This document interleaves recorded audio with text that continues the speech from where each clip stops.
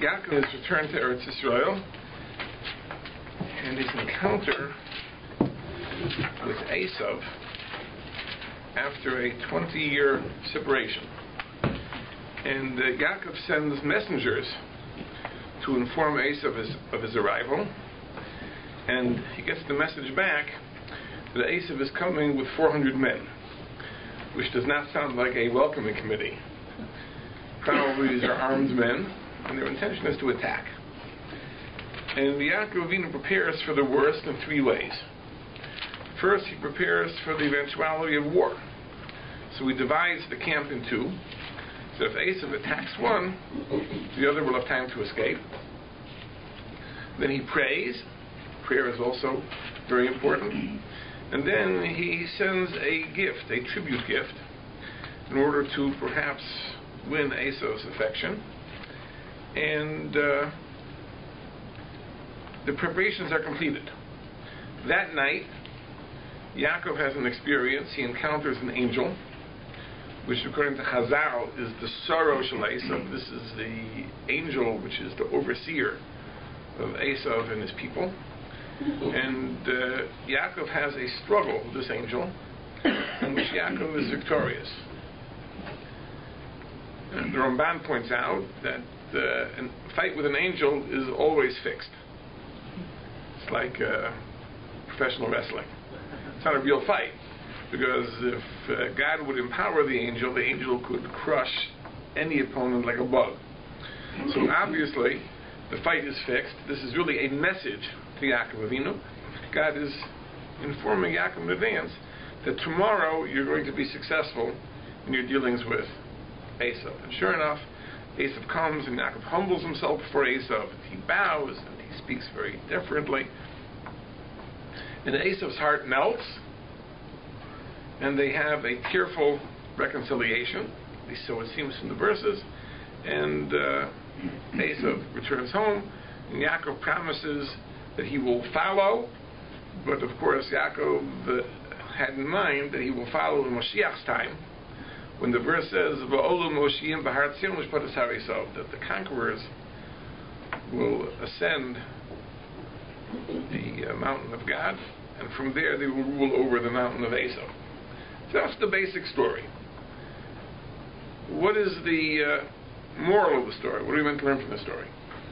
So the Ramban, in the beginning of the parasha, says there really are two basic lessons. Number one, we learn from here how the Ribono Shel Olam saved Yaakov. Miraculously, HaKadosh Baruch Hu saved Yaakov. Now this, of course, is the Ramban following his own interpretation of the parsha. Because the Ramban later explains that when Esav's heart melted, this was not natural. This was the Ribono Shel Olam tampering with his thinking. In other words, Esav really had the intention to slaughter Yaakov and to attack, and he came with 400 men with that in mind. And it wasn't that when he saw the children and the wives and the sheep and Yaakov bowing that he had a change of heart. HaKadosh Baruch Hu manipulated him. HaKadosh Baruch Hu twisted his mind, changed his mind.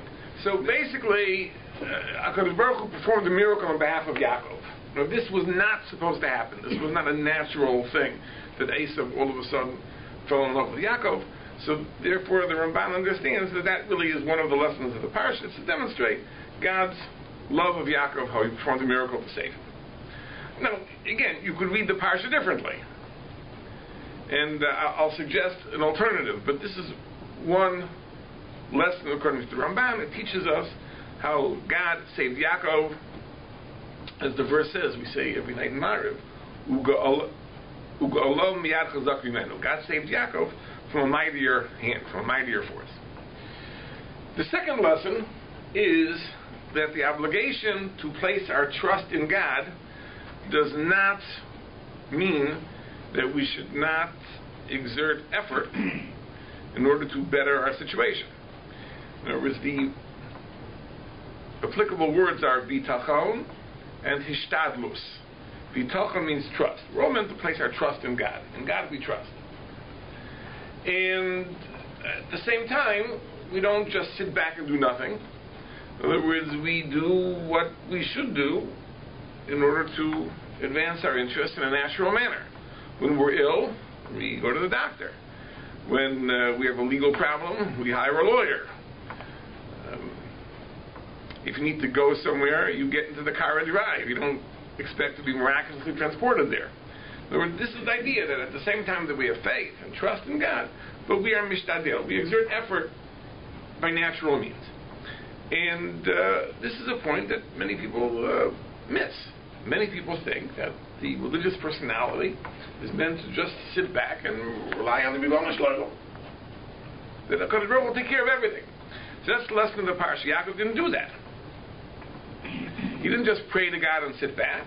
He prepared for the eventuality of war. He sent the tribute to try to bribe Esau. So this is a very important lesson. This is an indisputable lesson. That faith does not mean passivity. That even if a person has faith and trust in God, but you have to do what you have to do in order to advance your interests. We work for a living, again, we see doctors, we hire lawyers, and so on and so forth. That's the second lesson of this parsha. And of course, we're meant to learn it. I just want to point out, before we proceed, that there really is an alternative to the first point of the Ramban. That maybe Esau's heart didn't know naturally. Because when he saw how his brother humbled himself, he bowed and spoke with such respect and honor, and refers to him as master, and he refers to himself as servant. Maybe Esau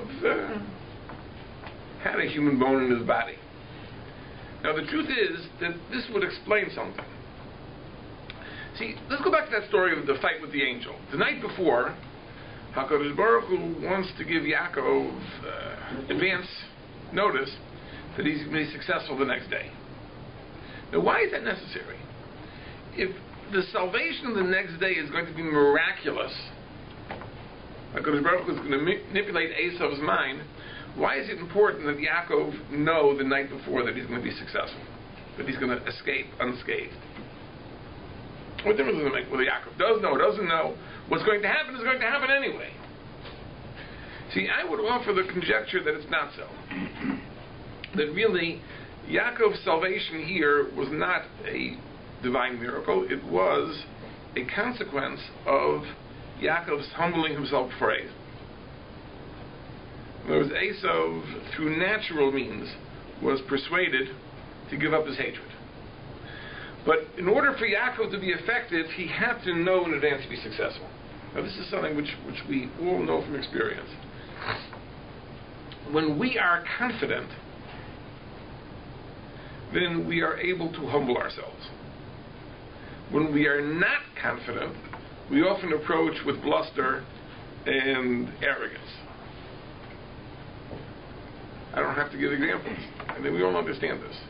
Because when I am confident that I am going to be successful, I can be magnanimous. I don't have to put on false bravado. I don't have to bluff. I can humble myself, because I understand that my humbling myself is really just a tactic, but in reality, I may lose the battle but win the war. On the other hand, if I am not confident in the future, then I may be scared of humbling myself because I may be putting myself in a worse position for the future negotiations. You know, imagine, for example, Israel is negotiating with the Palestinians. And the question is, should Israel make concessions? Well, if Israel was confident, if Israel could know with a certainty, if it had good reason to believe, or if it had access to a prophet, that by making this concession, we would be able to ensure peace, Israel would be more than willing to make that concession. I mean, it's made concessions many, many times lacking that type of assurance. So certainly if we have the assurance, we would do it. But on the other hand, if we don't have that confidence, and we think that, we'll make a concession, and all that concession will do is start the next round of back and forth at a new point, because we've created new facts in the ground, well, what's the point of making that type of concession? right, will concede now, and all that will do is create a new reality, which will be the starting point. So, for example, if Israel endorses the two-state solution, we haven't gotten anything in return for that, except that from now on, the international community believes that's the starting point for negotiations. That's a given. There's a two-state solution. Now we're going to fight over something else, the ultimate status of Jerusalem or whatever. But the one-state solution is off the table. That's finished. That's already been decided. So what does the concession do? The concession doesn't do anything. All the concession does is move the marker, so to speak, to a new position, which will affect all future negotiations. As Yaakov here is humbling himself before Esav, the question is, will this concession that I'm making, will this gain peace? Will it result in a genuine truce? Or will my concessions just result in moving the negotiating positions a step closer to Esav's interest? That's why it's very important for Yaakov to know in advance. So therefore, HaKadosh Baruch Hu tells him the night before, you're going to be successful. In other words, beating the Malach is symbolic of beating Esav. That all you have to do is just humble yourself tomorrow, and it'll all work out all right. And that's in fact what happens. And that's the significance of the story. You see, again, if the salvation of Yaakov is going to be miraculous, that HaKadosh Baruch Hu is going to manipulate Esav's thinking, there's no need for Yaakov to know in advance what to do, because it makes no difference what he does. God is going to change Esav's thinking no matter what. Yaakov could say the wrong thing, do the wrong thing, it won't make any difference at all. But if in fact we're dealing with something which is natural, not a miracle, then it's very important that Yaakov say the right thing and do the right thing and take the right positions. And therefore for that he has to know that he's going to be successful. Does that mean that all the other tactics, other than the humbling, is also part of a feint that he's doing? No. I mean, Yaakov is preparing himself in every way. But if he knows he's going to be victorious, why does he have to? No. Again, remember the story. All the preparations are done the day before.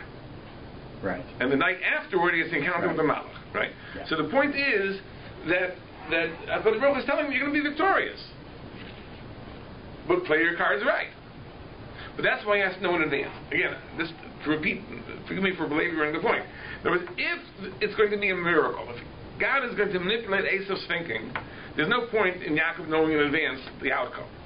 Because whatever he does, the outcome will be the same. But if in fact Yaakov's diplomacy is going to make a difference, then Yaakov has to know where he stands. If he has this advanced intelligence, he knows what the result is going to be, so now he knows how to deal with Esav. If the result would be different, he would have dealt differently. And therefore HaKadosh Baruch Hu gives him this information the night before in this prophetic experience, the fight with the Malachs. Now he knows exactly how to deal with Esav. Okay, that's just a possibility. But the Ramban doesn't understand this way. The Ramban understands that it was miraculous, and it was a miracle, but Esav's mind was changed, and therefore it tells us God's great love of Yaakov, his protection of Yaakov. But the other part is beyond dispute. Yaakov did prepare for the worst, and this is an important lesson about bitachon, that the obligation of having trust in God doesn't mean we should not exert effort. Now there's a serious question which is raised over here. When Yaakov first gets the report of Esav's imminent coming, it says, Vayira Yaakov ma'od. Yaakov was very frightened. He was very scared. And Rashi says he was scared of being killed.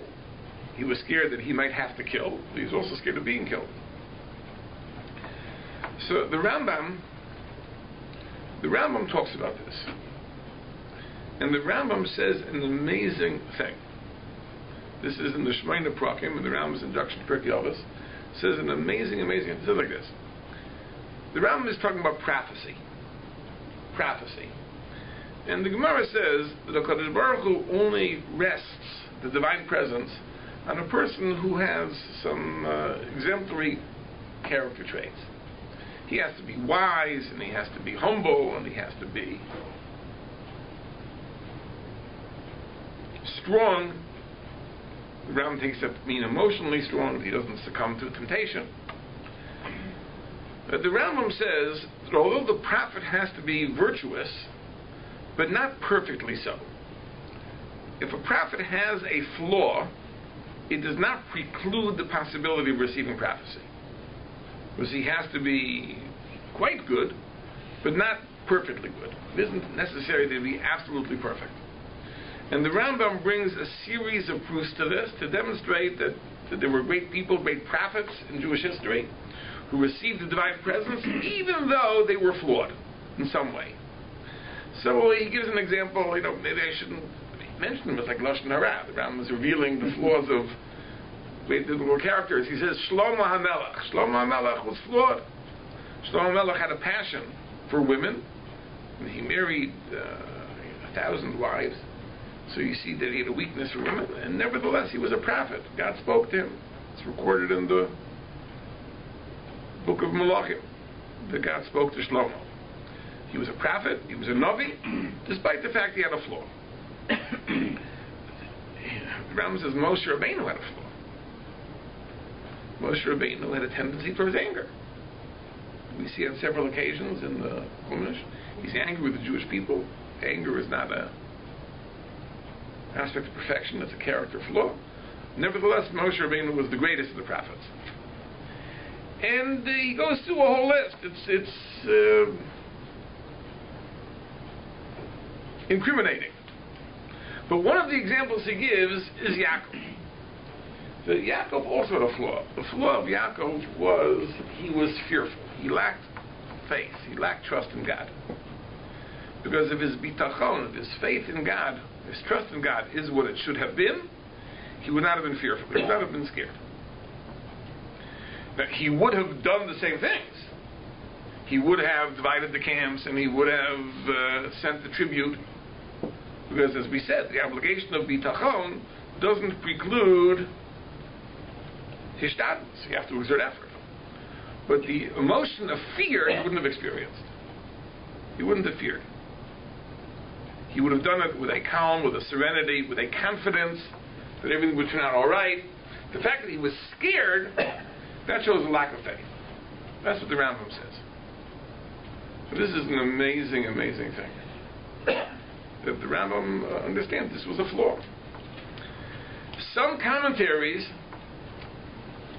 actually read this interpretation into the verse itself.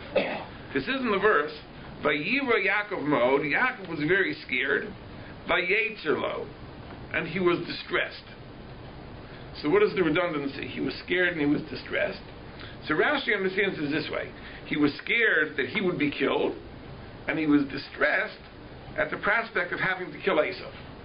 Because he understood that in this battle, there's going to be a winner and a loser. So if he's the loser, he was scared. What if Esav is the loser? He's distressed, because to kill your brother is still distasteful. So that's how Rashi explains the redundancy.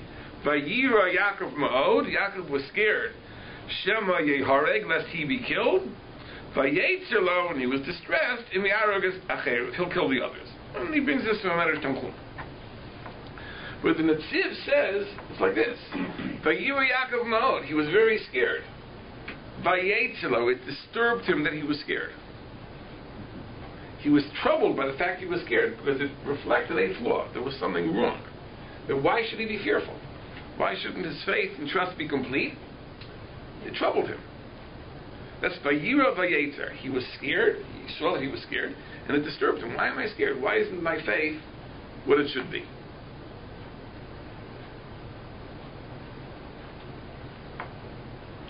I'm just going to mention a question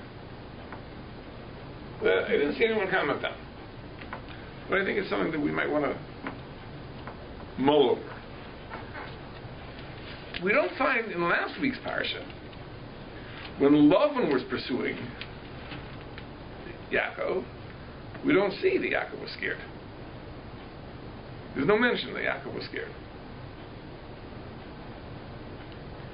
And by the way, we don't find Yaakov humbling himself before Lavan. To Lavan, he takes a shotgun and right between the eyes. He really gives it to Lavan. Blasts it. So there's no no humility, no humbling. He gives it to him. But this much, it doesn't say that he was scared. Now, it may be that the difference is that over here, Yaakov had time to think about it. He had time to make preparations in advance. There, it was a sudden encounter. Lavan just caught up to Yaakov at Har HaGilad, as we read in the last week's parsha. So it may be that the question I'm pointing out is not a difficult question to work around, but it's something to keep in mind. It's interesting that here the Torah makes a point that he was scared of encountering Esau, and in the case of Lavan, we don't see Yaakov was scared. Let's just put that in the back burner for a few moments. Okay, so this is what the Rambam says. So the commentators ask a question. There's a commentary to the Rambam called Chesed L'Avram. It's printed in the standard Gemaras. It asks the question. He says that how can the Rambam say this was a flaw? The Talmud itself asks this question as to why Yaakov's fear was justified. He gives an answer. The Talmud asks the question that why was Yaakov scared? We know that in last week's parsha, when Yaakov was leaving Eretz Yisrael and he had the dream of the ladder, and God appeared to him, and God said, Hinei Anochi imach, I am with you, Ushmarticha b'chol asher teleich, and I will guard you wherever you go, V'hashivosicha el ha'adama hazos, and I will bring you back to Eretz Yisrael, Ki lo ye'ezavcha, I will not abandon you, Ad asher dibart, until I do what I promised. So God made an explicit promise. Don't worry, don't be scared. I will be with you wherever you go. I will bring you back to Eretz Yisrael. I'll protect you. Yaakov has promised the world. And all of a sudden, he comes back to Eretz Yisrael, and he's scared of Esau. How do you explain that? So the Gemara gives an answer. The Gemara says the reason Yaakov was scared was Shema Yigroim Hachet. He was scared that perhaps he was guilty of a sin. Perhaps he had committed a sin. Meaning that the divine promise was not operative. Because although the promise seems to be an unconditional promise, because God didn't attach any strings to the promise, but Yaakov thought it's understood that of course God doesn't make promises that no matter what you do, I'm going to help you. It's understood that the promise is only as long as Yaakov maintains his virtue, and if he committed sins, then the promise is no longer operative. So Yaakov was concerned, Shema Yigroim Hachet, maybe he had committed sins, and therefore the promise was irrelevant, and that's why he was scared. So the Talmud justifies his fear. The Talmud says he was justified. He was fearful that he had committed a sin. So how can the Rambam say this is a personality flaw, it's a character flaw? The Talmud justifies his fear. That's the question. There's a very famous essay by Rochanan Wasserman, the great Rosh Yeshiva of Baranovich before the Second World War, to address this question. And he makes a distinction between two different types of faith, two different types of trust. And let's see where he takes it. He says there are two types of bitachon, there are two types of trust. One is to rely on an explicit divine promise. To rely on an explicit divine promise. If God makes a promise to you, then you can count on it. God keeps His word. That's one aspect of faith. God makes a promise, makes a commitment, you can bank on it. It has cash value. You know God will come through. There's another aspect of bitachon, which is in the absence of an explicit promise. Even if God has not made any promises, a person should be confident in God's love and in God's kindness and rely on Him even in the absence of a promise. For the most part, our bitachon is of the second variety. God has never spoken to me. I don't want to be presumptuous, but my guess is He hasn't spoken to anybody here either. And therefore, to the extent that we have bitachon, it's the second variety. It's not that we have a divine promise, we know that God is going to keep His word. God never made any promises to us. But we feel this sense that we can rely on God's love and His kindness, and that's another aspect of bitachon. Says Rav Elchanan Wasserman that the Gemara and the Rambam are addressing two different issues. The Gemara is addressing the issue of the explicit promise. God made a divine promise. So why was Yaakov scared? And the Gemara asks the question that it says in Parshas Vayetze that God promised Yaakov that I'll be with you, I will protect you, I'll guard you until I bring you back, I will never abandon you. So there's an explicit promise. So why is Yaakov scared? So the answer is, Yaakov thought that the promise was inoperative. Because there's an implicit condition that God will only provide all this protection if Yaakov remains pure. But if he, God forbid, became dirty, tainted by sin, the promises are off. So therefore, Yaakov was scared. He was scared that maybe he was guilty of sin. And that's the issue the Talmud is discussing. The Rambam is discussing a different issue. Granted that the promise that God made is irrelevant, because that special, explicit promise was conditioned. But what happened to bitachon, just placing your trust in God in the absence of an explicit promise? Yaakov still should have had faith and relied on God. Why was he fearful? Good. The explicit promise is off the table, irrelevant. But still, he should have faith, natural faith, like we all have. And that says the Rambam that there was a flaw. There was a personality flaw. So now, if Yaakov had this personality flaw, go back to the Gemara, so what was bothering the Gemara? Because even if he had this personality flaw, but if there would have been an explicit promise, then Yaakov certainly would have counted on that. In other words, even if you have that flaw, that you can't bring yourself to rely on God in the absence of a promise, but if there is a promise on the table, certainly that, even the most flawed personality would rely on an explicit promise. So that's where the Gemara has to give its answer, that the explicit promise Yaakov held was inoperative because perhaps he had committed a sin. So this is Rav Elchanan Wasserman's answer, that there are two different types of faith.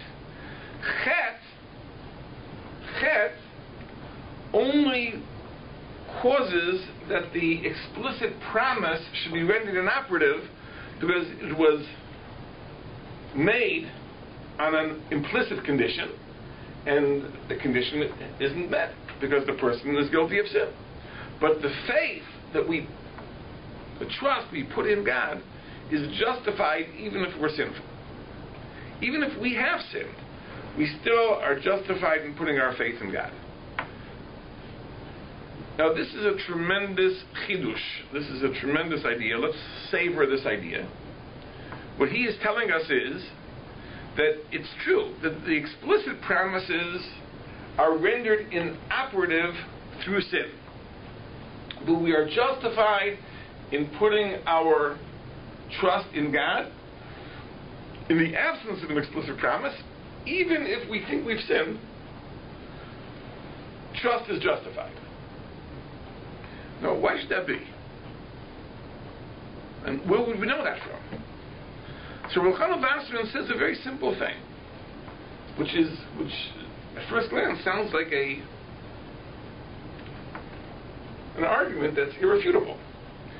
He says, we know throughout Tanakh, throughout Chazal, throughout all the classic Sifrei Musar, we are exhorted again and again and again to put our faith in God, to trust God. Many verses in Tehillim and Mishlei and other places trust God. Chazal talk about bitachon, the Sifrei Musar talk about bitachon. So it's considered a given that we're meant to put our trust in God. But if we're only justified in putting our trust in God if we are perfectly righteous, if we've committed a sin, we have no right to place our trust in God, because maybe we aren't deserving of His mercies because of our sins, then the whole idea of bitachon becomes irrelevant. Who is so pure that he can say, I am so innocent and perfect that I am justified in putting my faith in God? Nobody. Ain't tzaddik ba'aretz asher ya'aseh tov v'lo yachta. There's no tzaddik in the world who's never sinned. Everybody's guilty of something. When they asked President Obama as a candidate, if he has any flaws. So he said in an interview, maybe I'm too good. So even that, maybe you have the sin of being too good, I don't know. But everybody has a sin. Everybody has a sin. So the whole idea of bitachon becomes moot. So Rabbi Eliezer says it must be that even if you have sinned, you are justified in putting your faith in God, trust in God. Now, why would that be? Why would that be? And the only possible explanation I could give is because the way the system works is that if you are counting on God, He won't let you down. For example, let's say a person comes to and asks for a favor. Can you do this for me? And, you're not particularly inclined to want to help that person. But the guy says, listen, I'm counting on you. I just want you to know that. I'm counting on you. There's no one else can help me. I have no one else to turn to. I'm counting on you. So when you hear that, what are you going to say? No? The person's counting on you. So that's the idea, that when we put our trust in the Ribono Shel Olam, He doesn't say no. He can say, you're not deserving. You don't have Avis, you're not a big tzaddik. Why should I do it? But I'm counting on you. I'm relying on you. I have no one else to turn to. I'm counting on you. So the Ribono Shel Olam says, okay, you're counting on me. I give in. Now, that's what it seems the idea is. That even the Rosh, even the wicked person, if he says to God, I'm counting on you, says the B'chana Vasserman, it has to be that he's justified in that. Because otherwise, the whole idea of bitachon is irrelevant. So therefore, once we assume this as an axiom, so now we have a resolution. That the Gemara is discussing the explicit promise. Why wasn't Yaakov confident in the explicit promise? No, Yaakov reasoned that he committed sins, the promise was conditional, and therefore the promise is irrelevant. The Ram is discussing a different issue. That why wasn't he willing to place his trust in God even in the absence of a promise? Even the wicked are justified in doing that. Now that the Gemara gives, the Ram gives a different answer, that it was taka flaw. It was a personality flaw, it was a fault. And from here you have a proof that having a fault doesn't preclude the possibility of being God speaking to you. The problem is that the Rishonim who discussed bitachon, the Ramban wrote a sefer on bitachon, Emunah and bitachon, the Chovos HaLevavos wrote a section of his massive work called Shara Bitachon, all disagree. Both disagree. And they say explicitly that if a person has sinned, he is justified in not putting his faith in God because maybe God won't come through because of his sins. In other words, the Shema Yigroim Hachet, the idea that sin is a consideration, is not only in the negation of an explicit promise, but even in our own voluntary submission, our voluntary placing of trust in God. Also, we're not justified in doing that unless we're totally innocent. So the question bounces back. First of all, what do we do with the Rambam? So how does the Rambam see there was a flaw on the part of Yaakov? We'll come to that. But the other question is, so what is the obligation of bitachon? I mean, who's perfect that can say, I'll put my trust in God? And I'll tell you the truth, I never found an answer to that question. I was thumbing through a person, a very fine person, wrote a massive book on the subject of bitachon, and cited many, many, many different authorities who discuss bitachon, but no one gives an answer to this question. But I think, it seems to me, the answer is extremely, extremely simple. There is a very simple answer to this question. It disturbs me that no one has written it, but I think that it's the answer to the question. You see, most often, the question of bitachon comes up in the following situation. I have a choice of two alternative strategies. One is to do what the Ribono Shel Olam wants. And I foresee that doing what he wants is going to result in a disadvantage in some way. The other alternative is to pursue my own personal advantage, but go counter to the will of the Ribono Shel Olam. Let's talk about a scenario. There's a person has a business, and the business is not doing well, not making enough money to support his family, so it's really a failing business. But he tells himself, if I can remain open 7 days a week, and Saturday is a big day for business, then if things follow their natural course, I'll be successful. You know, there are certain businesses that Saturday is the big day. I understand, I don't know firsthand, but I understand that building supplies are that way. The Home Depot does a tremendous amount of its business on Saturdays. Why? Because all the amateur people, you know, people that do projects around the house, they do it over the weekend, right? Saturday, Sunday, so they have to buy the materials on Saturday, and they work for 2 days, and they do these projects. So I understand that it's not just 1/7 of their business. It's a tremendous percentage of their income is made on Saturday. So let's say I'm in the business, not a Home Depot, also building supplies. So I tell myself, listen, I have a choice.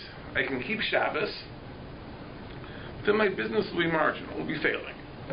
On the other hand, I can stay open on Shabbos, and then if things follow their natural course, I'll be successful. The obligation of bitachon, the obligation to put one's faith in God, is do the right thing. You won't suffer the consequences for it. Even though, on the basis of your own analysis, it seems that I will better my economic situation by doing the Aveira.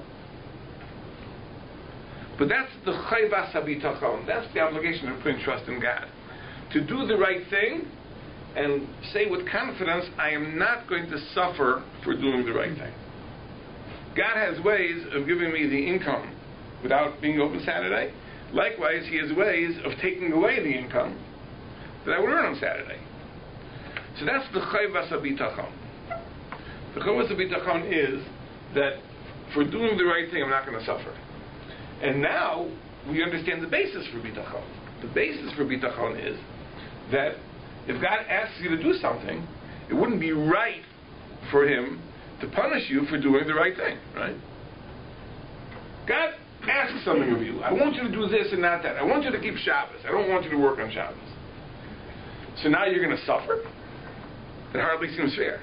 Right? God is asking you to do something, so He's going to penalize you for doing it? Can't be such a thing. That's the basis of bitachon. The basis of bitachon is do the right thing. God will not let you down because you did the right thing. So, for example, the Torah says, one of the places where the Torah says we have to place our trust in God is in war. The Torah says that when you go out to wage war, you shouldn't be scared of the enemies. Now, when a legitimate Jewish government goes out to war, the soldiers have no choice but to go. Right? They are obligated to follow the king, follow the government. This isn't a personal decision. Will I fight? Will I not fight? You've been called up. You have to go to battle. So the question is, should you be scared? Says no.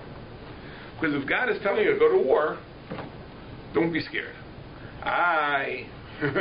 It seems to me that if I dodge the draft and I go to Canada or stay home, I'll probably be safe. And if I go to war where the bullets are flying, there's a greater likelihood I'll be killed. No, don't assume that. Place your trust in God. Do the right thing and rely on faith. Why? Because you should know that God can save you in battle, and He can send the Malach HaMoves to meet you, the angel of death, to meet you in your bedroom. I once heard a rabbi was speaking. He was talking about faith, and he says that in matters of livelihood, you should rely on faith. So the angel of Parnasa, the angel of livelihood, will come and bring you your Parnasa. So someone said, what if I'm in a locked room? The windows, doors are locked. So how will the angel of Parnasa get in? So the person answered back, how will the Malach HaMavos get in? Same with the angel of death gets in, the angel of Parnasa will get in. But the point is, I think that's the idea of bitachon. That means like this, that when you have a situation and the question is, which of two medical therapies should I use to treat my illness? Should I take drug A or drug B? So there, I don't know if there's a basis for bitachon. Because, if I've done Averis, who says maybe I don't deserve to be spared? But if the choice is doing something which is the will of Hashem and doing something which is not the will of Hashem, that's where the chayvus of bitachon kicks in. Do the right thing. You're not going to suffer for doing the right thing. Now, I would like to take it a step further and say that when we talk about doing the Ratzon Hashem, it doesn't only mean compliance with the explicit commands of the Torah. In life, and this is a difficult challenge, in every situation, we have to ask ourselves, what does Hashem want? What does Hashem want of us? But the Chayvus Halabavas says a fantastic thing. People tend to think that there are three areas in life. There are the things that we must do, called mitzvahs. There are the things we must not do, called averos. And in between, there are all the things that are up to us. It's not that way, says the Chayvus Halabavas. There are really only two things. There are the things we must do, and the things we must not do. Anything that will bring us closer to the Ribono Shel Olam, we must do. Anything that will distance us from the Ribono Shel Olam, we must not do. The only thing is this, that there's a big area in between where we just don't know. But the things that are explicitly commanded, we know that we should do. We should give tzedakah, and we should pray, and we should learn Torah. That we know we should do. We know that we should not eat treif, and we should not steal, and that we know. And whether I should order the beef or the chicken today in the restaurant, I just don't know. But if I would reflect on it, I'd be able to figure it out. Say, what does the Ribono Shel Olam want from me when I eat out in the restaurant? Why am I eating? What's the purpose of it all? So, I'm not on this level, but a person who's on the highest level would think, I'm eating to be strong, physically strong, emotionally strong, to serve the Ribono Shel Olam. If eating the beef will advance that today, then I must eat the beef. If eating the beef today will set me back, I must not do it.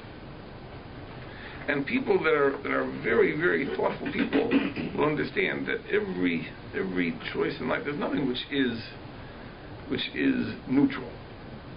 Because every decision that we make either brings us closer to the Ribono Shel Olam, it benefits Klal Yisrael, it advances the divine plan, or does the opposite. And therefore, the things that we must do, we must do. The things we can't do, we can't do. And again, that's an extreme example, what to order on the menu in the restaurant. You probably have to be very, very insightful and calculating to figure that one out. But let's say, for example, making a career choice. What should I become? Should I become a doctor? Should I become a lawyer? Go into business? Whatever it is. I'm making a career choice. So some people will say, well, listen, I went through the Shulchan Aruch. The Shulchan Aruch doesn't say anywhere whether I should become a doctor or not become a doctor. Right? So it must be this is one of those neutral areas. It's not true. It's not true. A career choice has many, many consequences. The choice of career will determine, for example, where are you going to study? Let's say, for example, if I choose one career, I'll be able to spend my university years in a city which is conducive to Jewish life. Whereas if I choose the other career, the only opportunity I have is in a city which is not particularly conducive to Jewish life. And who knows what will happen in those 4 years. Because maybe my religious observance will decline. Maybe I'll become out of practice, if you will. So, even those decisions, which at first glance seem to be neutral, are not neutral at all. And a thoughtful person will understand that it's not a question, it's random or whatever. Either I must choose A or I must choose B. There's no alternatives. And that's where bitachon comes in. If I am doing the right thing, if I believe I am doing the Ratzon Hashem, then I have to believe I'm not going to suffer for doing that. Because God is not going to ask something of me and then penalize me for it. And that's where bitachon comes in. That is the chayvas of bitachon. To place your trust in God is do what God wants and have confidence that it's going to work out not worse than the alternative, and undoubtedly better than the alternative.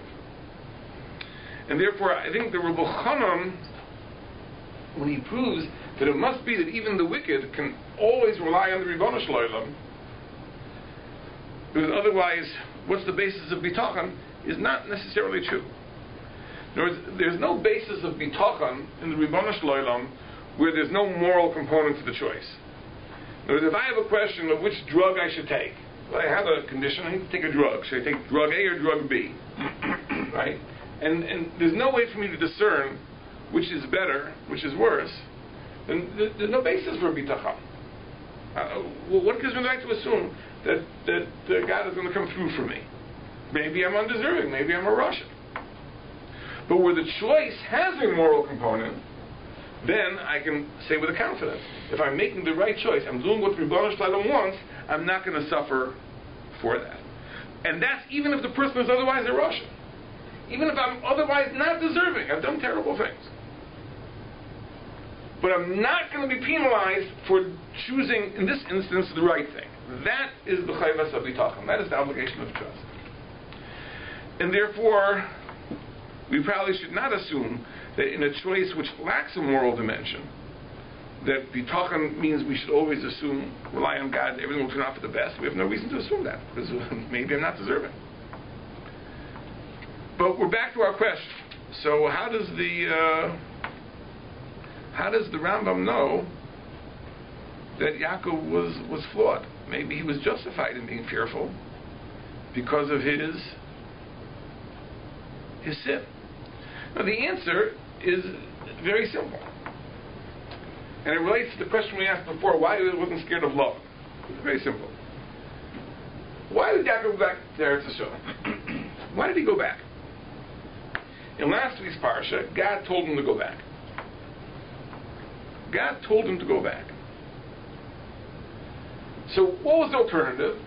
He could have made a cheshbon like this. No, should I go back or not? Well, let's think about this. On the one hand, I'm here in the house of Lavan. Okay, that has its disadvantages and its dangers. But the alternative is to go back and face Esav. So what should I do? Should I do what God told me to do? Or should I perhaps stay here and maybe I'll be better off?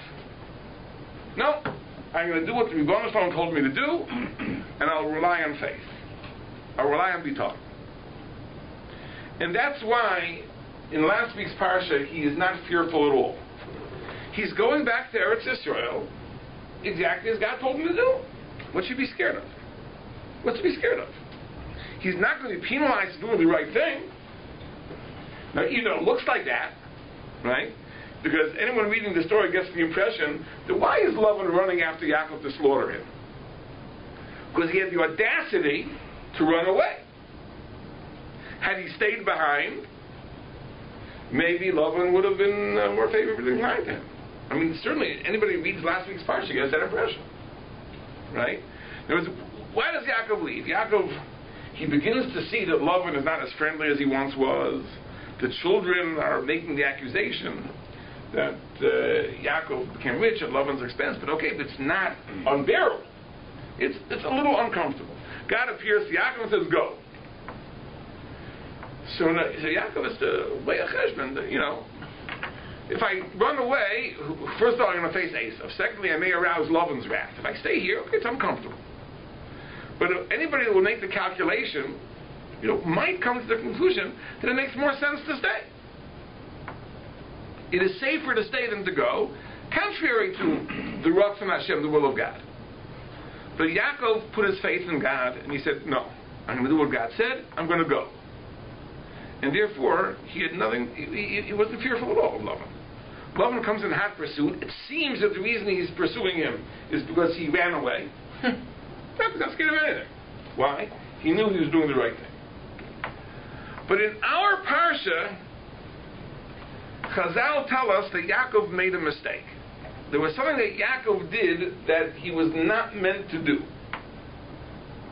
Chazal tell us that when Yaakov sent the message to Esav that I'm coming, it says that HaKadosh Baruch Hu himself was critical of Yaakov. And the Medrash brings the pasuk in Mishlei that Machzik ba'ozne kelev misaber al riv lo lo. If you get involved in a fight, which you have no business getting involved in, that's like grabbing a dog by the ears. Try it. Find a pit bull, grab it by the ears, and see what happens. So what is Yaakov Avinu starting up with Esav for? Remember, this is not like nowadays, where you have the media and the cameras and satellites and everyone knows where everybody is, cell phones and so on and so forth. A person could slip into Eretz Yisrael and someone who's 5 miles away wouldn't know. What is Yaakov sending a message to Esav? I'm back. I'm here. So this was not something which HaKadosh Baruch Hu told him to do. HaKadosh Baruch Hu go back to Eretz Yisrael. Did I tell you to go back to Eretz Yisrael and arouse Esau's curiosity? Didn't tell you to do that. You go back and make yourself inconspicuous. But Yaakov had the cheshbon. Yaakov said, no, maybe this is better. And he discovered there was a miscalculation. All of a sudden, Esau's come 400 men, which may have been avoided had Yaakov not sent the messengers in the first place. So at this point, Yaakov says to himself, I can't rely on faith, because I was doing what HaKadosh Baruch Hu asked of me, because I did something which HaKadosh Baruch Hu didn't tell me to do, and I brought this on myself. So consequently, by Yira Yaakov, Yaakov was very scared.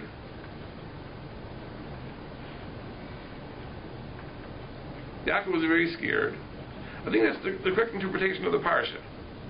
In other words, the Yaakov, it's not like the Rambam. Yaakov, as long as he was justified in his faith, because he had done nothing contrary to the Ratzon Hashem, he was 100% confident. In his dealings with Lavan, he was not fearful at all.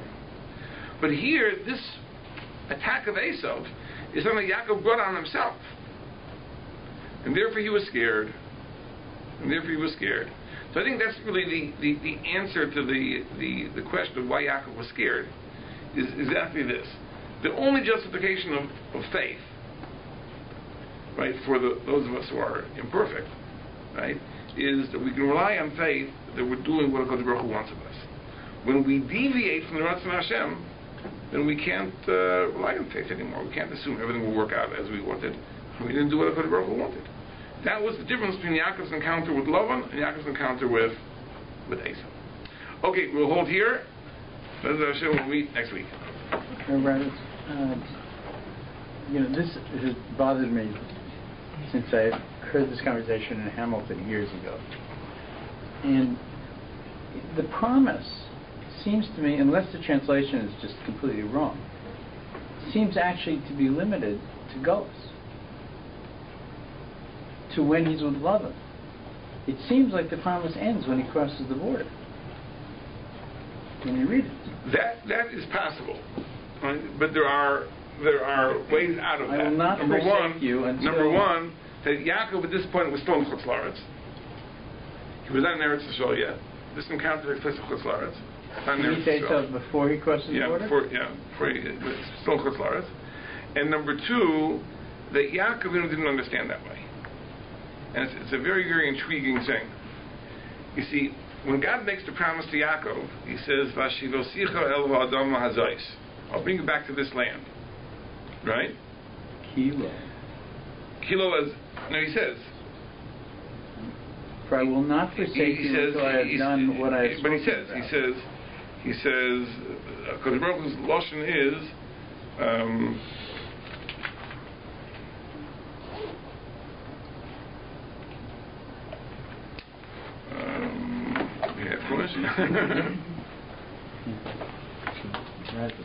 Right? He says, I'll bring you back to this land. So that would imply back to Eretz Yisrael. But Yaakov Avinu later, when he has the... he says, I won't when he makes the vow... No, that's what he says. He says, but the promises are, I'll be with you, I'll guard you, I'll bring you back, right? For I will not abandon you until I fulfill this promise, which is the promise to bring back to Eretz Yisrael. But Yaakov Avinu understood differently, because Yaakov Avinu, that implies abandonment. When he makes the vow, he says, if you are with me, Ushmarani b'derech hazeh, you guard me on the road, give me food and clothing, v'shavti v'shalom obei savi, and I return to my father's house. And the Rishonim explain that this vow, right, really is based on the earlier promise. In other words, Yaakov is saying, if you keep the promise you made, then I will make a mizbeach and base kale and so on and so forth. And when Yaakov reiterates God's promises, he mentions coming back to my father's house. So Yaakov clearly understood that when Hashem said that I will guard you, I'll bring you back to this land doesn't mean the borders of Eretz Yisrael. It means back to the house of Yitzchak.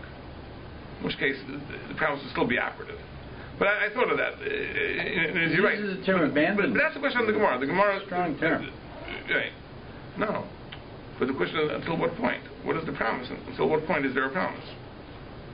Your question is, what is the Gemara's question? Maybe now that he's in Eretz Yisrael, so there's no more promise anymore.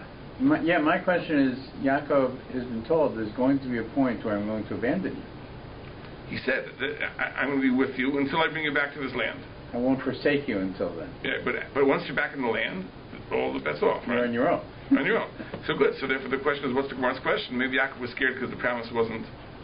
I'm saying Yaakov clearly understood the promise was until you get back to Yitzchak's house. Right. Clearly understood. Okay, everyone.